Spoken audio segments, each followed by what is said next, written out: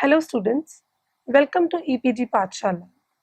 I am Dr. Pooja Mehta from Inder Kumar Gujral, Punjab Technical University, Kapurthala, Punjab. Today we are going to talk on module perception from the paper Organizational Behavior.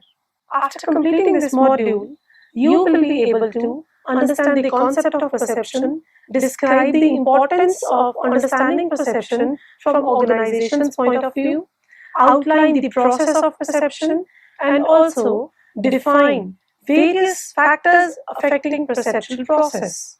It is very strange that in this dynamic world, every day we are bombarded with countless objects, events, or persons, but we retain few stimuli and reject others. In addition to that, the way we understand and interpret the stimuli received differs from person to person. The answer to this question is perception. Perception is a psychological factor affecting human behavior because perception determines the way the individual experiences the situation. Perception can be understood as the process through which information or stimulus is received from the environment, then selected, organized, and interpreted in order to assign some meaning to it. The meaning is derived out of the information received from the environment so that information can be used for taking important decisions and actions. The process of perception. Now we will discuss definitions of perception. According to Joseph Reitz, perception includes all those processes by which an individual receives information about his environment. These sub-processes are seeing, hearing, feeling, tasting, and smelling. The study of these perceptual processes shows that their functioning is affected by three classes of variables. These three classes of variables are the objects, events being perceived, or the environment in which the perception occurs, and the individual doing the perceiving. The another way of defining the perception is it can be defined as a process by which individuals organize and interpret their sensory impressions in order to give meaning to their environment. Now we will discuss importance of perception. Importance of perception can be understood from the following points. Perception is an important phenomena in understanding variations in individual behavior. Every individual perceives the surroundings differently, and therefore understanding the perception helps us find out why every individual behaves in a particular manner. This is one of the major reasons why one individual finds one job interesting and satisfying while the another individual finds the same job boring and dissatisfying. As perception strongly influences behavior of an individual, we can very easily predict the behavior of that individual in the changed circumstances by understanding his perception about the present environment. Another importance of perception can be deduced by the fact that perception can also help us in assessing various needs of the people because their perception is largely influenced by their needs. Students, now we are going to discuss perceptual process. Perceptual process is the process of perception which involves various sub-processes: receiving, selecting, organizing, interpreting, checking, and reacting to the stimuli received are the sub-processes which are involved in the perceptual process. This process is influenced by the perceiver, the object, and the situation. Now we are going to discuss perceptual process.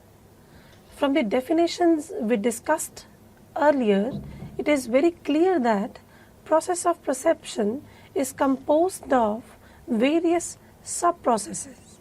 These sub-processes are given in the diagram.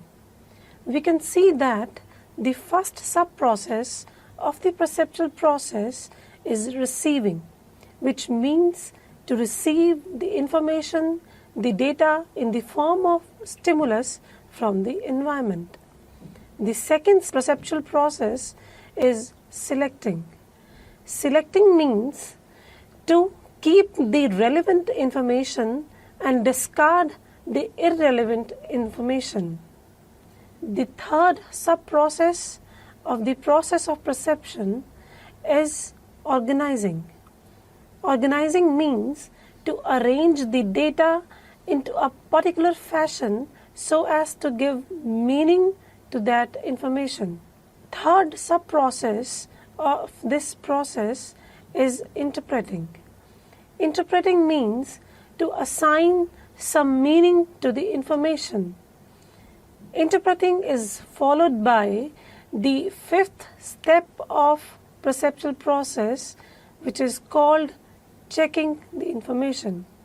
Checking the information means whether the information which we have received from the environment is right or wrong. And the last sub-process of perceptual process is called reacting. Reacting means acting upon the information which we have received from the environment. Receiving is the first step of the perceptual process. We all know that human body is comprised of 5 sensory organs. Can we name them? Yes. Eyes, ears, nose, tongue, and skin. These sensory organs help in sensing the environment in the form of vision, hearing, smell, touch, and taste. The sensory organs receive the stimuli from the outer environment. Anything which we notice in the environment is a stimulus.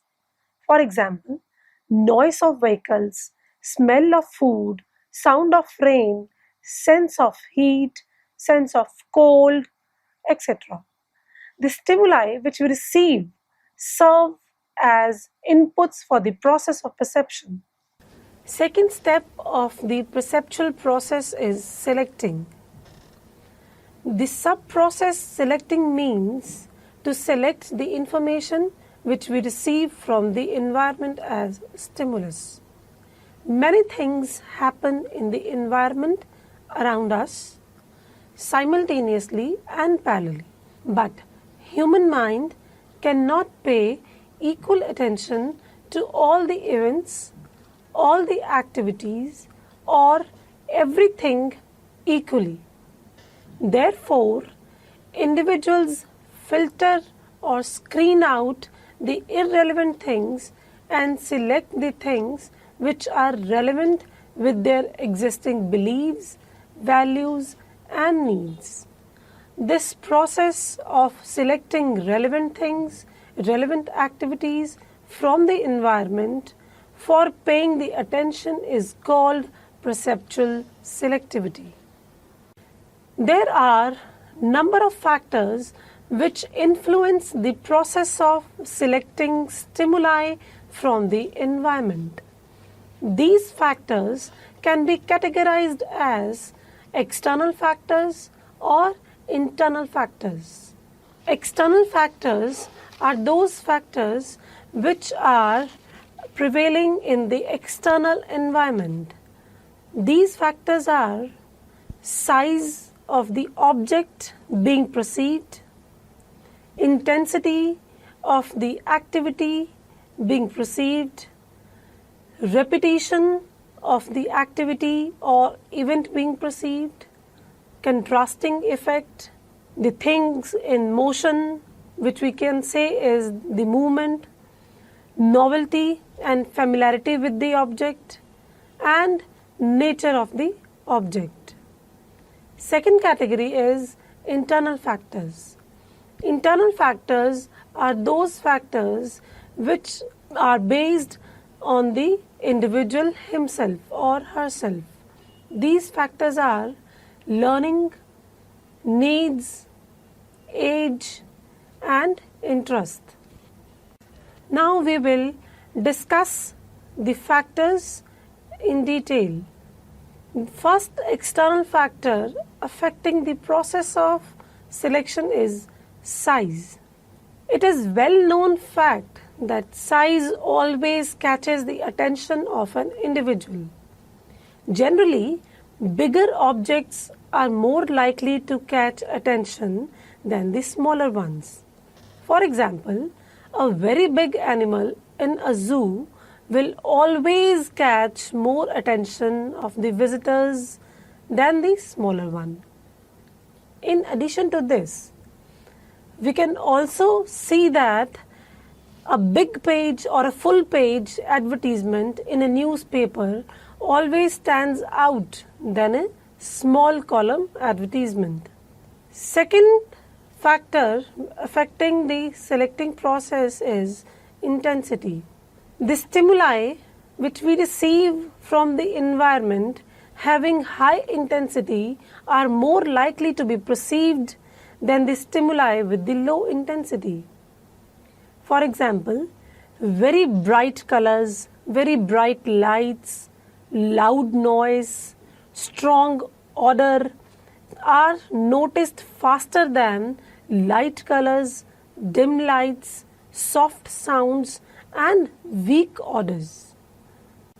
Next external factor is repetition. It is also well known that repeated stimuli draw more attention than those which are not repeated. When instructions given by a plant supervisor are repeated again and again, those instructions are more likely to be retained in the memory of employees for a longer period of time than those instructions which are conveyed only once.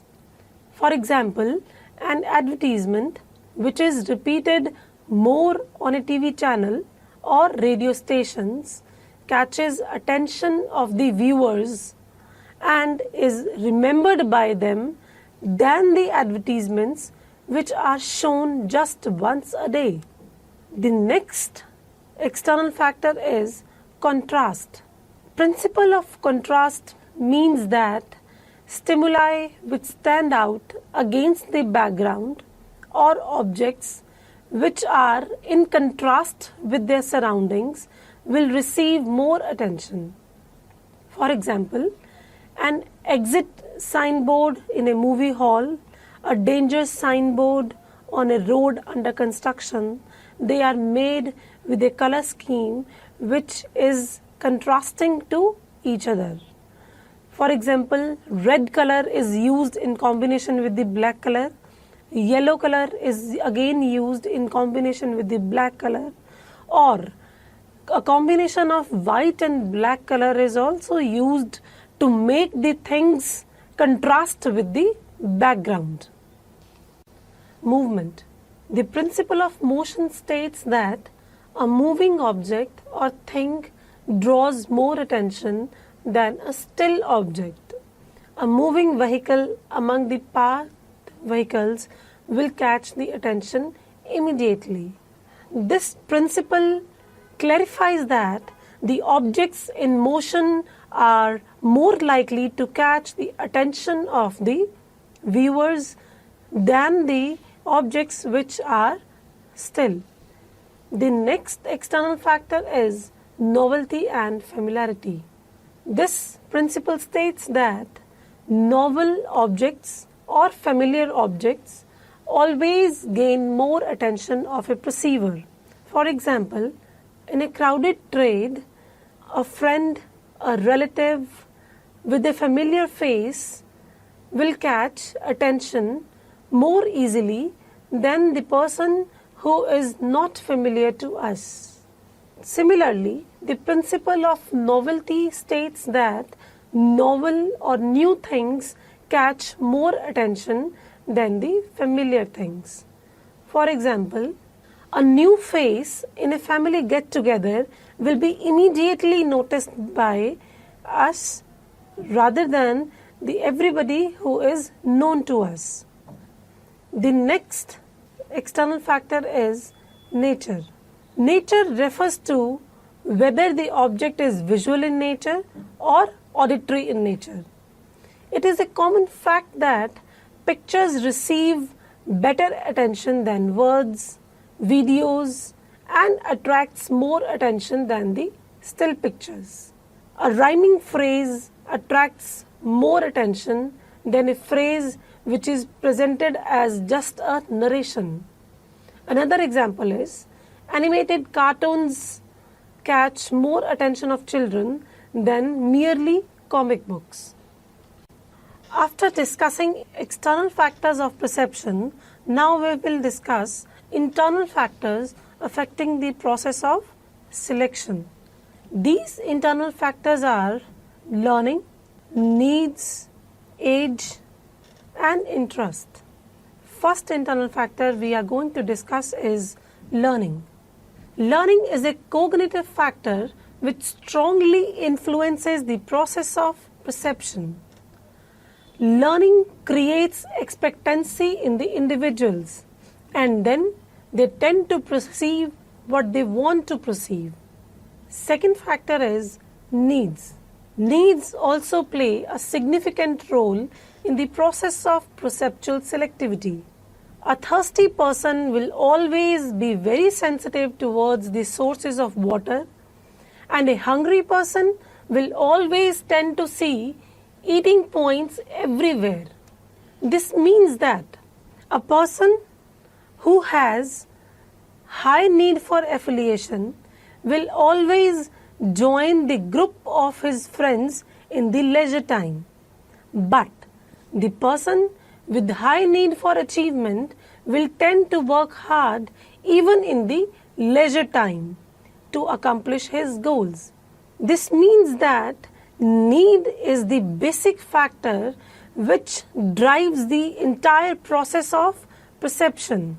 Whatever we perceive from the environment is always based upon our unsatisfied need. Next internal factor is age. This principle defines that the people of different age group always hold different perceptions about the environment. For example, senior executives always feel that young executives are not very competitive to take important decisions of the organizations. On the other hand, young staff always complain that senior executives are resistant to change and they tend to follow very conventional or traditional methods of working in the organization. These differences in the perceptions of old and young employees are due to the difference in their age. The next internal factor is interest. Perception is also influenced by the interest of the perceiver. A fashion designer will notice so many details in an outfit which is just hanged over on a statue of a shop. The fashion designer will notice even a minute detail of the outfit in just a casual look.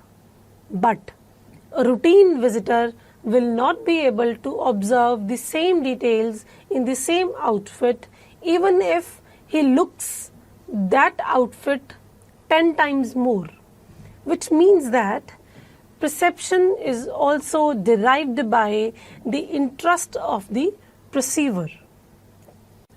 Next sub-process of the perceptual process is organizing. After receiving and selecting the stimuli from the environment, the received information must be organized in a particular fashion so that we can extract some meaning out of it. This aspect of organizing the information into a meaningful whole is called perceptual organization.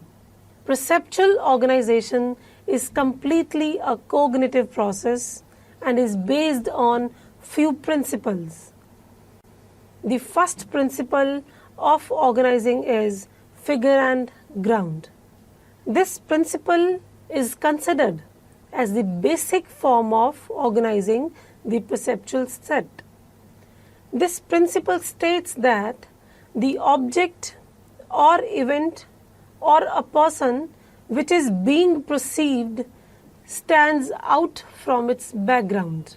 The principle of figure and ground can be well explained with the help of this figure.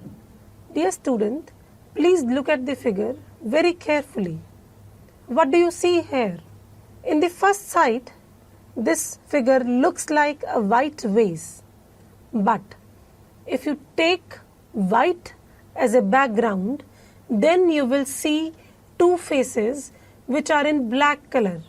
Therefore, we can easily conclude that whatever we perceive from the environment is based on the principle of figure and ground, which means objects, they stand out from their background very distinctively.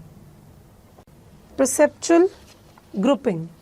Perceptual grouping is defined as the tendency to group the stimuli into some meaningful patterns. Grouping includes four sub-principles which are similarity, proximity, closure and continuity. First principle is similarity. This principle states that objects of similar shape or similar color or similar size tend to be perceived as one group. For example, in an organization, all white-collared employees are seen as one group, all blue-collared employees will be seen as another group. Second principle of perceptual grouping is called principle of proximity. The principle of proximity states that individuals tend to perceive the objects placed together as one group. For example, the employees who are working in the same department or the employees who are working in the same team, they are perceived as one group because of their geographical nearness or geographical closeness. The next principle of perceptual grouping is called closure. The principle of closure states the tendency of human beings to perceive the object as a whole, even when some parts of it are missing. Individuals' perceptual process will fill the gaps that are unfilled from the sensory input. Dear students, please see the object given here. What do you perceive it as? This object will be perceived as a circle, even if some parts are missing. Just like this, in an organization also, a sincere, hardworking and honest worker will be perceived as a good performer by the managers, even if he behaves in a contradictory manner sometimes. The next principle of perceptual grouping is principle of continuity. Principle of continuity assumes that an individual tends to perceive continuous lines or pattern. People tend to perceive the obvious ways of performing the tasks and fail to think creativity. Therefore, we can say continuity leads to inflexibility and non-creative thinking on the part of employees. The next principle of perceptual organizing is perceptual constancy. The principle of constancy states the tendency of human beings to perceive certain characteristics of an object as remaining constant despite of various variations in the stimuli. This principle provides a sense of stability in this dynamic world. There are several aspects of constancy. We will discuss them one by one. First aspect is shape constancy. Shape constancy means when an object appears to maintain its shape despite of marked changes. The second aspect of constancy is size constancy. Size constancy is when we tend to see the object unchanged in size even if it moves farther away from us. For example, a player who is standing on the other side of the football ground will not perceive the football smaller as compared to when he looks at the same football from a closer location. Perceptual defense. This principle states that individuals tend to build a defense against the stimuli which we are conflicting, threatening, or unacceptable. Defense may assume the four possible forms: the outright denial, modification of data received, change in the perception but refusal to change, and lastly, change in the perception itself. The next stage of perceptual process is interpreting. Perceptual interpretation is the essential part of the perceptual process. After the selection and organization of the information, perceiver interprets the information in order to assign some meaning to it. Actually, perception is said to be formed only when the information is interpreted. Several factors contribute in the interpretation of the information. The first factor which contribute in the interpretation of the information is perceptual set. Perceptual set explains that previously held beliefs or experiences about an object influence the individual's perception about similar objects. This phenomena is called perceptual set. For example, an old manager may have developed a general belief that young executives tend to be frequently absent from the job and they are not committed to the organizations. This previously held belief will always influence his perception whenever he will meet a new young worker. The second factor contributing to the interpretation is stereotyping effect. Stereotyping is the tendency of judging someone on the basis of the group to which that person belongs. An individual's perception about one person will always be influenced by his experiences with the other members of the group to which that person belongs. Some common examples of stereotyping are: Americans are usually perceived as materialistic. Japanese are usually perceived as nationalistic. Workers are usually perceived by the management as anti-management.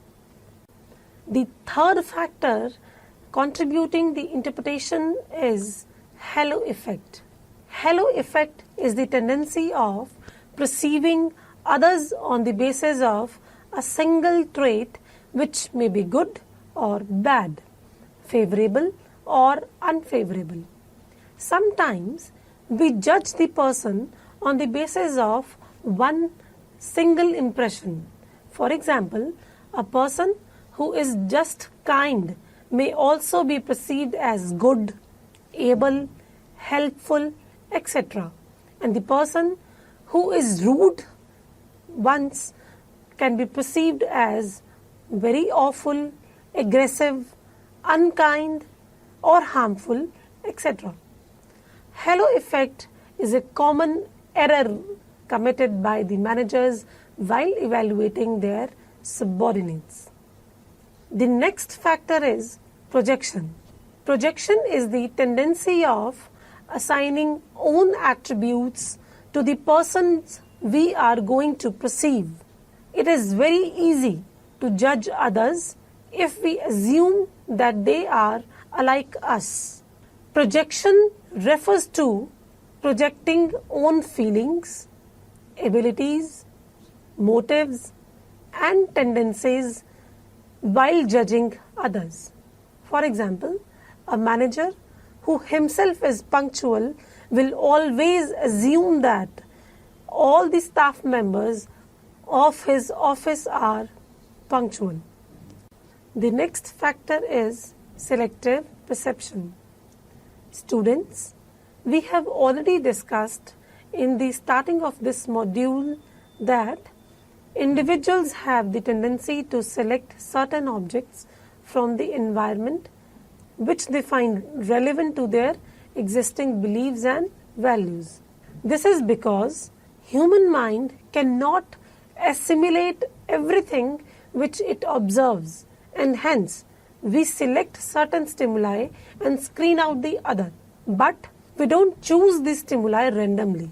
We choose them according to our interests and experiences. Therefore, selective perception always offers the risk of drawing inaccurate picture of the ambiguous situation. The another factor affecting interpretation is implicit personality theory. When we make judgment about others, our perception is influenced by the belief that certain human traits are associated with others.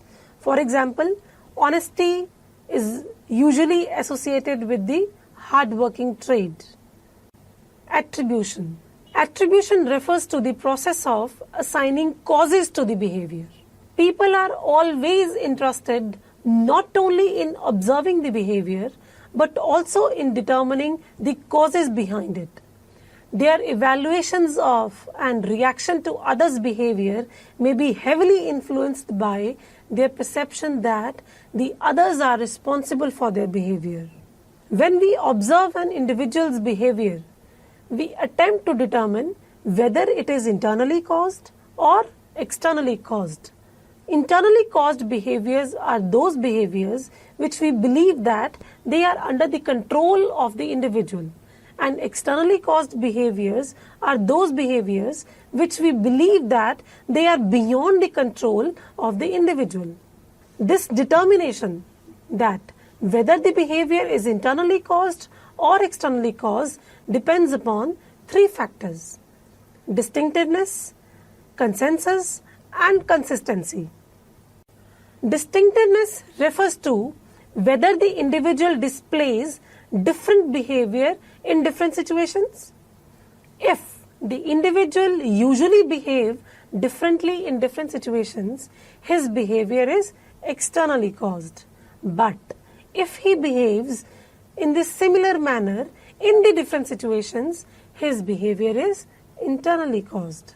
The next factor is consensus. Consensus is when everyone behaves in the same way whenever they face this similar situation. If there is a consensus in everyone's behavior, it means the behavior is externally caused. Otherwise, it is internally caused. The next is consistency. Consistency in a person's action refers to when an individual behaves in a same way over a period of time. If the behavior of a person is consistent, it is internally caused. Otherwise, it is externally caused. The figure we are going to see now will explain the process of attributing one's behavior to external factors or external factors. Dear students, please look at this figure very carefully. This figure explains the process of attribution. When we observe an individual's behavior, we attempt to determine whether it is internally caused or externally caused. Whether the behavior is internally caused or externally caused, this determination will depend upon the three factors: distinctiveness, consensus, and consistency. Distinctiveness means whether the individual displays different behavior in different situations.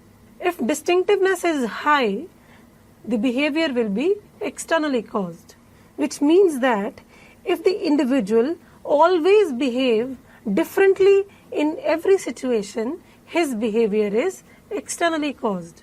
If distinctiveness is low, which means that if the behavior of the person is not different every time, it means that behavior is internally caused. The second factor is consensus. Consensus means everyone behaves in the same way in the similar situation. If the consensus is high, which means that behavior of everyone is same in a particular situation, that behavior will be externally caused. If consensus is low, which means that everyone's behavior is different in the same situation, that behavior will be internally caused. The third factor is consistency. Consistency refers to when an individual behaves in the same way over a period of time. When consistency is high, the behavior will be internally caused. When consistency is low, behavior will be externally caused. After interpreting, the next sub-process of the perceptual process is checking. When the information is received, organized, and interpreted, the perceiver will then check whether his interpretation of the information is right or wrong. After checking, the next sub-process of the perceptual process is reacting. Reacting is the last stage of perceptual process. The process of perception ends up when perceiver is indulged into some action in relation to the perception. The action of perception is also called perceptual output. Perceptual output is basically the outcome of the perceptual process. That outcome may take the form of an attitude, opinions, beliefs, and feelings of perceiver regarding the perceived object or event or a person. The action will always be based on whether the perception is favorable or unfavorable. If the perception is positive or favorable, action will also be favorable. But if the perception is negative, the action followed by the perception will also be unfavorable. Dear students, we have already discussed that the process of perception is influenced by the characteristics of perceiver, a person who is going to form the perception, the perceived, the object about which perception is being made, and the situational factors. These factors will be explained in this module one by one. Firstly, we are going to start the discussion on the characteristics of perceiver. An individual's past experiences, his needs, habits, personality, values, and attitudes influence the perceptual process very significantly. For example, if a manager holds negative beliefs and attitudes towards employee union, he will certainly dislike and express his resentment for even a routine visit of union official in the plant. Now we will discuss characteristics of the situation. The physical, social, and organizational settings of the situation also influence the process of perception.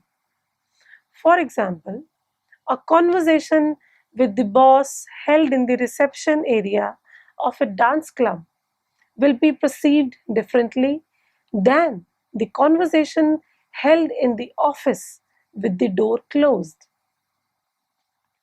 Now we are going to discuss characteristics of perceived. Physical attributes, appearance, and behavior of the target also influence how the object is going to be perceived. Physical attributes such as age, gender, height, and weight affects the way the person is being perceived. Perceivers tend to notice physical appearance characteristics that contrast with the norm, that are interest, or that are new or unusual.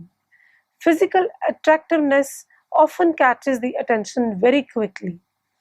Interviewers rate attractive candidates more favorably, and attractive candidates are awarded higher starting salaries. Now we are going to discuss applications of perceptual process in organizational behavior.